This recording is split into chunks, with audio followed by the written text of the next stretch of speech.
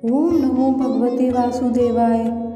आप सभी को नए साल की हार्दिक शुभकामनाएं। सनातन धर्म में भगवान विष्णु की कृपा दिलाने वाली सफला एकादशी का विशेष महत्व है, जो कि पौष मास के कृष्ण पक्ष की एकादशी होती है। सभी प्रकार के पाप, दुख और दरिद्रता को दूर करने वाला सफला एकादशी का व्रत इस बार कब रखा जाएगा, कब खोला जाएगा, इस व्रत से जुड़े अनिवार्य नियम क्या क्या हैं, आज के इस वीडियो में आप जानने वाले हैं। इस बार 7 जनवरी रविवार के दिन सफला एकादशी है और व्रत भी इसी दिन रखा जाएगा। एक दिन पहले यानी कि 6 जनवरी शनिवार के दिन दशमी तिथि के नियमों का पालन किया जाएगा। आप शनिवार को ही तुलसी दल भी तोड़कर रख लें। एकादशी तिथि प्रारंभ होगी 7 जनवरी रविवार दोपहर 12:42 से और समाप्त होगी 8 जनवरी सोमवार को दोपहर 12:46 पर। हर एकादशी व्रत में भगवान विष्णु की और 11 माता की पूजा की जाती है। साथ ही भगवान श्री कृष्ण की पूजा भी करनी चाहिए। एकादशी का व्रत सभी मनोरथों को पूर्ण करने वाला होता है। इस दिन भगवान विष्णु का पूजन पीले फल, पीले फूलों से किया जाता है और भोग में तुलसी दल अनिवार्य रूप से अर्पित किए जाते हैं। द्वादशी तिथि प्रारंभ होगी 8 जनवरी सोमवार को दोपहर 12:46 से और जिसकी समाप्ति होगी 8 जनवरी सोमवार को रात 11:59 पर, यानी कि मध्य रात्रि में द्वादशी तिथि समाप्त हो जाएगी।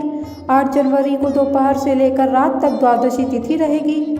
7 जनवरी से रविवार को सूर्योदय का समय रहेगा सुबह 7:13 और सूर्यास्त का समय रहेगा शाम 5:51। राहु काल का जो समय है वो रहेगा शाम 4:32 से लेकर 5:52 तक। आपको राहु काल के समय में किसी भी तरह के शुभ कार्य करने से बचना चाहिए।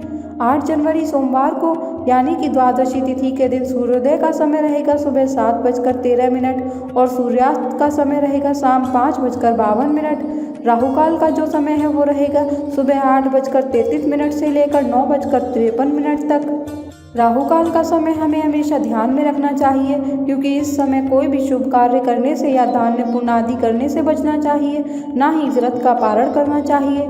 8 जनवरी सोमवार को व्रत पारण का शुभ मुहूर्त रहेगा सुबह 6:39 से लेकर 8:59 तक। आपको राहु काल के समय का विशेष ध्यान रखना है। आप इस मुहूर्त के अंदर व्रत खोल सकते हैं तो अच्छी बात है, लेकिन द्वादशी तिथि पूरी दिन रहने वाली है, तो ऐसे में अगर आपने किसी कारण सुबह व्रत नहीं खोल पाया तो आप दोपहर तक कभी भी अपना व्रत खोल सकते हैं।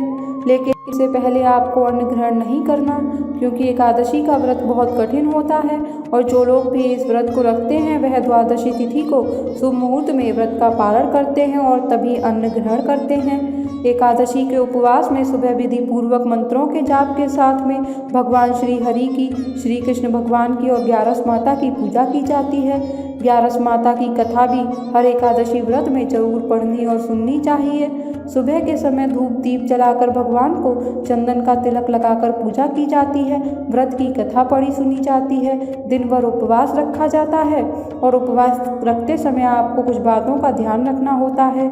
कोई गलत काम नहीं करना चाहिए जिससे व्रत खंडित हो जाए, और शाम की पूजा करने के बाद जो लोग निराहार नहीं रह सकते तो वो शाम की पूजा के बाद फलाहार ग्रहण कर सकते हैं, जैसे मौसमी फलों का सेवन कर सकते हैं, जूस या ड्राई फ्रूट्स का सेवन भी आप कर सकते हैं।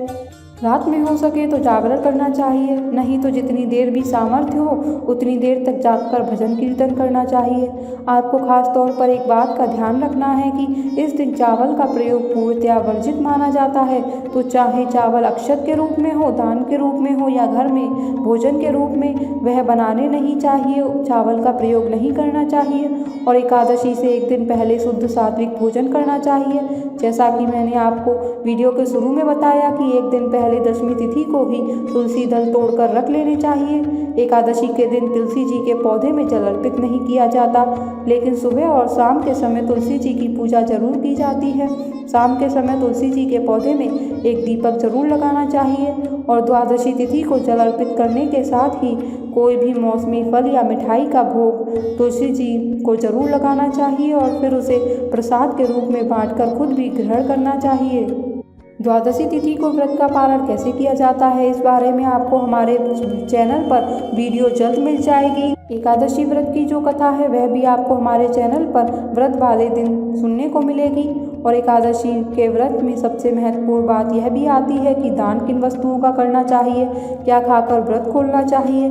तो देखिए, शुद्ध सात्विक भोजन से, फलों से, जूस से या पंचामृत या जल और तुलसी दल से भी आप व्रत का पारण कर सकते हैं। दान देने वाली वस्तुओं में आप गर्म वस्तुओं का दान इस महीने में कर सकते हैं। गर्म वस्तुओं के अलावा भोजन का, अनाज का दान करें। कहते हैं कि एक समय का भोजन किसी के घर में बन सके इतना अनाज आपको जरूर दान में देना चाहिए। और यदि सामर्थ्य हो तो अपने घर पर आप ब्राह्मण को बुलाकर उन्हें भोजन कराकर उन्हें दान दक्षिणा वस्त्र आदि देकर भी अपने व्रत का पारण कर सकते हैं। यदि आज की वीडियो में दी गई जानकारी अगर आपको पसंद आई हो तो प्लीज़ इस वीडियो को लाइक ज़रूर कीजिएगा।